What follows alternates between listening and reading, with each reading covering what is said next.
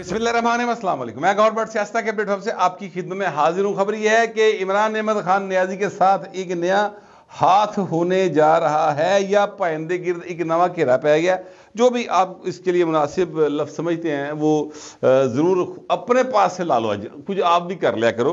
लेकिन मैं आपको जो इन्फॉर्मेशन देने लगा हूँ वो कुछ इस तरह से है कि बहुत बड़ी बातें की कल मौलाना फजल रहमान ने एक इंटरव्यू के अंदर। नदीम मलिक साहब के साथ इंटरव्यू किया और वो इंटरव्यू जो है वो समा टीवी के ऊपर चला और समा टीवी के मालिक का नाम है अब्दुल अलीम खान। और अब्दुल अलीम खान जो है वो IPP के सदर है और IPP के से पहले वो इमरान खान के साथ थे और उससे पहले वो काफलिंग में होते थे।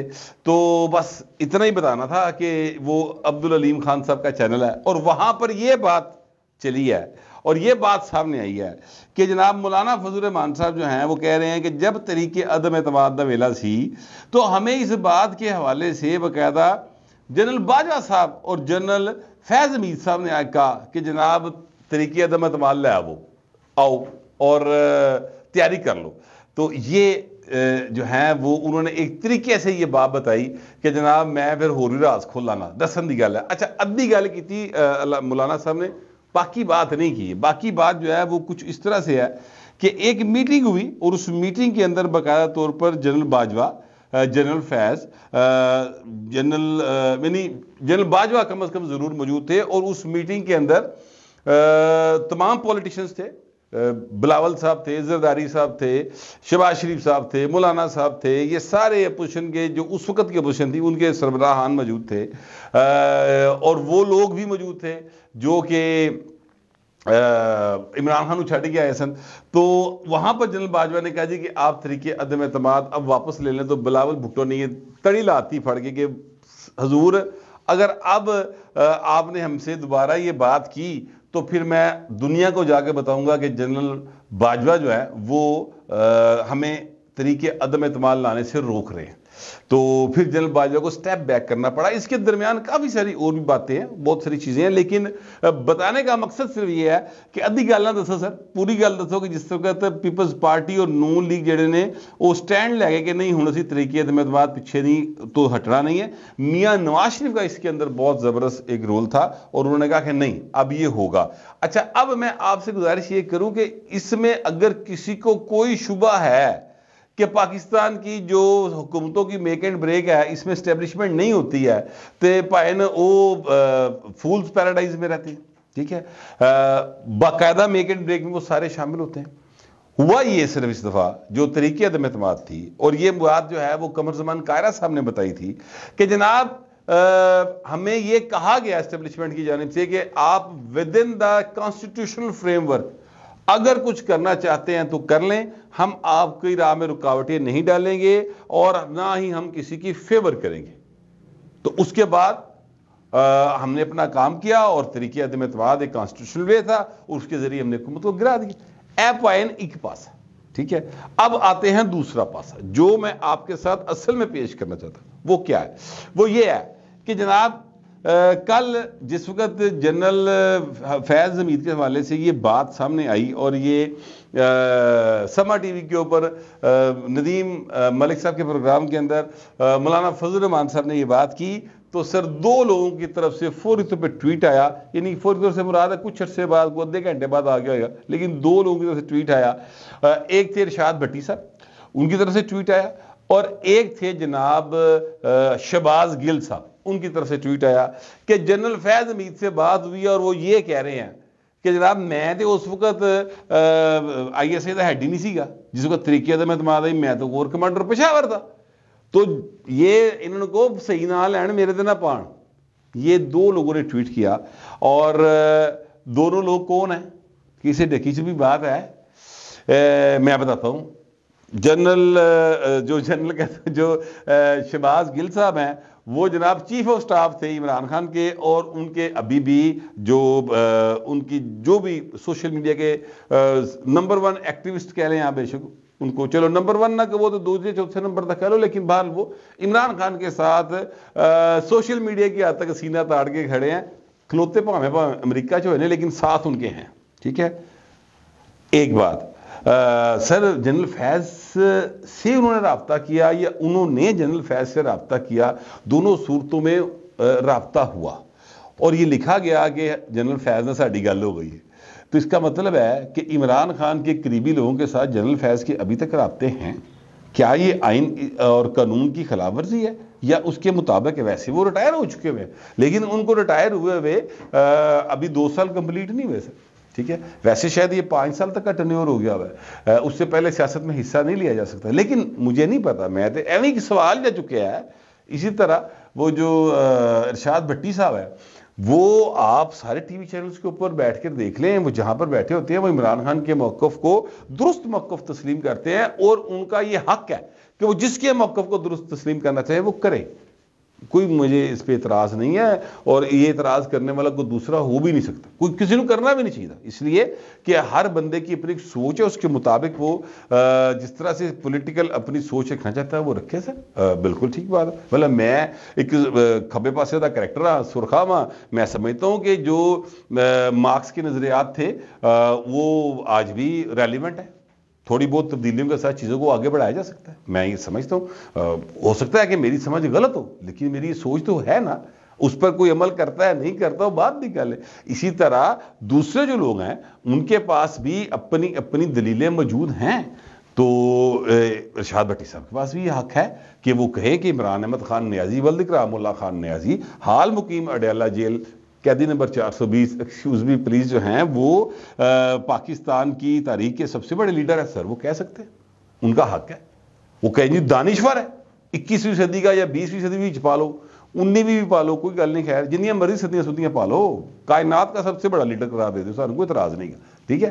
तो वो जनाब आप दे दें, आपका हक है। लेकिन सवाल अगेन ये है कि जनरल फैज हमीद के बारे में जो बातें आ रही थी कि ए पायनर रले सन परले पासे इमरान खान के साथ, तो बात अभी तक दुरुस्त साबित हो रही है कि फैज साहब के अभी भी राब्ते हैं और ये सारियां लैना उधरों ही आ रही हैं। पाकिस्तान के नहीं सर, दुनिया की सबसे ज्यादा पढ़ी जाने वाली वाला जो अखबार है ना, जो वेबसाइट है उर्दू की, उसका नाम है रोजनामा जंग, उसके अंदर एक कॉलम छपा है सुहेल बड़ाइश साहब का सर, उसको पढ़ लें और फिर अपनी अकल का इस्तेमाल करें। चीजें जो हैं आपके जो फ्रेम है ना, दिमाग का फ्रेम, वो फिट बैठनी शुरू हो जाएंगी और डॉट्स मिलने शुरू हो जाएंगे और चीजें जो हैं वो उस तरफ चली जाएंगी। लेकिन वो इंफॉर्मेशन जो सुहेल बड़ाइश साहब दे रहे हैं, मैं उसको चैलेंज नहीं कर रहा, इसलिए चैलेंज नहीं कर रहा कि वो उनकी इंफॉर्मेशन है, मेरी नहीं है, ठीक है। तो जिसकी इंफॉर्मेशन होती है उसको मैं चैलेंज करने वाला कोई नहीं, खबर हर एक दी भाई ने पड़ी पड़ी होती है, उनके सोर्सेज मुझसे ज्यादा है, मैं इस बात को खुले दिल के साथ तस्लीम करता हूं, ठीक है। लेकिन मेरी इंफॉर्मेशन जो है वो इससे जरा हटके है, वो ये है कि बस 5-7 दिन का रोला है, उस तो बाद चीजें होर पास चले जाएंगी। अच्छा, अब सवाल यह है कि आखिर मौलाना नूं होया की, आखिर मौलाना साहब जो हैं उनको क्या मसला हुआ कि वो इस तरह इतने नाराज हो गए, उन्होंने यहो जी गल्लां शुरू कर दी। और मौलाना की ये बातें किसके खिलाफ जा रही? पहली बात कर लेते हैं कि मौलाना की बातें किसके खिलाफ जा रही? सर मौलाना की बातें नवाज शरीफ के खिलाफ तो नहीं जा रही किसी सूरत भी, मौलाना की बातें तो खिलाफ जा रही हैं एस्टेब्लिशमेंट के। ये जनरल फैज हमीद साहब, ये जनरल बाजवा साहब जिनके वो नाम ले रहे हैं, वो नवाज शरीफ की पार्टी के लीडर तो नहीं थे, वो तो पाकिस्तान की एस्टेब्लिशमेंट थी। ते मौलाना साहब तो एस्टेब्लिशमेंट नूं कह रहे हैं कि मैं होर बोलांगा, जे फिर वो तो तड़ी परले पासे है, ठीक है ना, जरदारी साहब को तड़ी है, हां, लेकिन इस तड़ी के नतीजे में जो वो डिमांड कर रहे हैं वो डिफरेंट बात है। और वो डिमांड क्या कर रहे हैं? वो डिमांड जो कर रहे हैं वो ये कर रहे हैं, नंबर 1 सर, सदर पाकिस्तान का ओहदा वो चाहते हैं, जो उनको उम्मीद है कि उनको नहीं मिलेगा, तो उन्होंने मुतालबा जापान में की जाता है, ठीक है। दूसरा, बलोचिस्तान का वो जो है अपना वजीर आला, वो चाहते हैं कि जी मैं उतों की हुकूमत मेरे को होनी चाहिए, बस जो मर्जी हो जाए, ये उनकी डिमांड है जो कि अंदर खाते चीजें चल रही है। एक माड़ी छोटी जी डिमांड हो रहा है, एक इलेक्शन है जिसकी कुछ यूनियन काउंसिल्स का भी इलेक्शन रहता है सर, ठीक है, और सुना है वहां पर मौलाना के दिल के बहुत ही करीब शख्सियत है, वो वहां से कंटेस्ट कर रहे हैं। तो ये 6 की यूनियन कौंसिल रहती हैं सर, ठीक है, जहाँ पे अभी इलेक्शन होना है 19 तारीख को होना है। तो डिमांड ये है कि भाजी इतों सानू नहीं पता, फिर समझ रहे। तो ये हैं वो चीज़ें जो चल रही हैं। अब इमरान अहमद खान नियाज़ी साहब ने अपना वफद भेजा असद कैसर साहब की सरबराही में कि जाओ भाई मौलाना साहब ने मिलो। शी शिकर होए, डीजल एक पासे हो गया जनाब, यूदी एजेंट परले पासे हो गया, यूदी एजेंट के एजेंटों के साथ जफ्फियाँ पप्पियाँ डली गई। वो जो उन्होंने गाजर का जूस दिया या माल्टे का जूस दिया, जिसको पहले वो डीजल कहते थे, वो सर डीजल दी था उन्होंने माल्टे का जूस पीता फिर है जी। तो वो वक्त की तकाजे होते हैं, सियासत के अंदर ऐसा चीज़ें चलती रहती, ठीक है। हमने देखा माजी में भी, अभी भी देख रहे हैं। पर इन्नी गल है कि गल्ला पहले रिकॉर्ड तो इस तरह नहीं सन होंदियां, हुण रिकॉर्ड तो होंदियां ने, ठीक है। तो अब टीवी चैनल चला रहे हैं, वो चीज़ें निकाल के जो इमरान खान कहता था या सोशल मीडिया पर चल रही हैं वो चीज़ें बाहर। अब वो जनाब एक दूजे ना मिल रहे हैं। तो मौलाना साहब जो हैं वो उनकी सियासत को, उनके सियासी दाव पेच को मैं मजाक के अलावा कहूँ, इमरान अहमद खान नियाज़ी साहब बड़े पॉपुलर लीडर होंगे, बड़े लोग उनके ऊपर जो है वो सदके वारी जाते होंगे। और वो इलेक्शन में नजर भी आया कि लोगों ने भाई दी बंदे ने वोट दिता है। अब इससे अगर को मुकरना चाहे तो अभी गलत गल है, जो झूठ होएगा वो तो लोग उनके जीते हैं, बिल्कुल जीते। लेकिन सर जो सियासी दाव पेच है ना, उसमें मौलाना साहब नहीं फड़ सकते जनाब इज्जत माब इमरान अहमद खान नियाज़ी साहब। वो ऐसी चुकाई दे के धोबी पटका मारनगे कि भाई जमीन पर पे होंगे। और ये भी हो सकता है कल को, यानी जो मैं कह रहा हूं ना, इमरान खान के साथ हाथ, या इमरान खान जो है वो गिरदी नवा घेरा, या इमरान खान जो है वो इस वेले रोएगा कि मेन हो की गया। तो वो मैं इसलिए कह रहा हूं कि मतलब ऐसा धचका लगेगा कि बहुत मुमकिन है कि इमरान खान जो है वो कहेंगे यार असी MWM और वो क्या कहते हैं जमात इस्लामी ना ताद करते फिर मौलाना के नाल साडा हो नहीं गया, इन्हों की पार्टी च वड़ने हैं तो इनको अपोजिशन लीडर बना देते हैं, है जी। इंज दी गेम भी बन सकती है। या ये भी हो सकता है कि मौलाना साहब कहेंगे जनाब मैं तुहाडे नाल ताद कर लिया ना, हुण मैं अपोजिशन में ना तुहाडे नाल ते पर अपोजिशन लीडर मैं होवांगा तुहाडी पार्टी सारी कौमी असम्बली के अंदर। तो चीज़ें जो हैं उनके हाथ में आ जाए, कुछ भी हो सकता है। मौलाना साहब बड़े समझदार जीरक सियासतदान, कोई इसको कोई गलत फहमी में मत रहे, ठीक है। और भोला जा करैक्टर नहीं गा, ठीक है। अब पीपल्स पार्टी को इससे जो खदशा पैदा हुआ वो ये हुआ कि सदारत पे पीपल्स पार्टी की नजर है, उनका बनता भी है, उनको वोट भी नहीं पाए, ठीक है। बलूचिस्तान उन्होंने जीता है, सबसे बड़ी पार्टी वो है। तो जो असूल कौमी असम्बली में लागू हो रहा है कि सबसे बहुते वोट जिहड़े ने नून लीग को है, तो वो भाई वजीर आजम बनावे, साढ़े दोवां दा ताद हो गया तो नून लीग वाले बनान। बिलावल साहब ने कहा ना क्योंकि उनके वोट ज़्यादा है, तो सर वो बने, ठीक है। और पंजाब के अंदर मरियम नवाज वज़ीर बनेगी क्योंकि उनके पास वोट ज़्यादा है।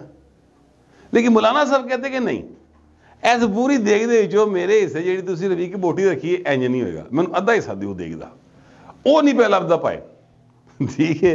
रोला सिर्फ है तो ध्यान करना सर, जो भी तरीके इंसाफ के दोस्त हैं कि मौलाना साहब बड़े ज़बरदस्त आदमी हैं, मैं तो उनका बड़ा रिगार्ड करता हूँ। उसकी वजह है, और वजह यह है कि उनका एक रोल रहा है पाकिस्तान में डेमोक्रेसी की बहाली के लिए। MRD की मूवमेंट में JUIF का जो रोल है वो काबिल इस्ताइश है। लोगों को याद नहीं है, लोग जो हैं पढ़ते नहीं हैं। मैं उसको बहुत छोटा होता था, लेकिन ज़ाहिर है बाद में चूँकि जब आप स्टूडेंट होते हैं तो आपको पॉलिटिकल एक्टिविटीज़ के हवाले से पढ़ना होता है, तो फिर आप किताबें कुतुबा पढ़ते तुसी माशरत रूम तो ला हटे भी बंदा कुछ पढ़ लेना मुतालिया पाकिस्तान तो फिर तुहानूं पता लगता है कि हो भाजी ये बड़ा अहम रोल रहा है। वो हाफिज हुसैन अहमद साहब ने कितनी जेल काटी, कभी चेक तो करें। JUIF के थे, पीपल पार्टी के नहीं सन, मशहूर पीपल पार्टी के लिए बहुत हो गए ने। वैसे उनकी कुर्बानियां अखीर ही हैं, लेकिन इधर भी घट नहीं है भाजी। तो मेरे दिल में उनके लिए, ये इस JUIF के लिए एक रिकॉर्ड मौजूद है, इसमें कोई शुबे की बात नहीं। मगर जागते रहना मौलाना थे ना रहना PTI वालों, मैं सिर्फ आपको यही कहना चाहता हूँ। तो बाकी सर सियासत है, बड़े मज़ेदार दिलचस्प मराहल आ गए हैं इस वक्त। जिन्हों के घर दाने ने वो बड़े मज़े लै के जनाब नाल वो रेड ब्लड माल्टे खाते वो या उनके जूस पीते हुए वो टीवी पे बैठ के तबसरे कर रहे हैं, देख रहे हैं। जिन्हों के घर रोटी नहीं खाण नूं वो बेचारे परेशान ने कि यार साडे बारे भी कुछ होर करो।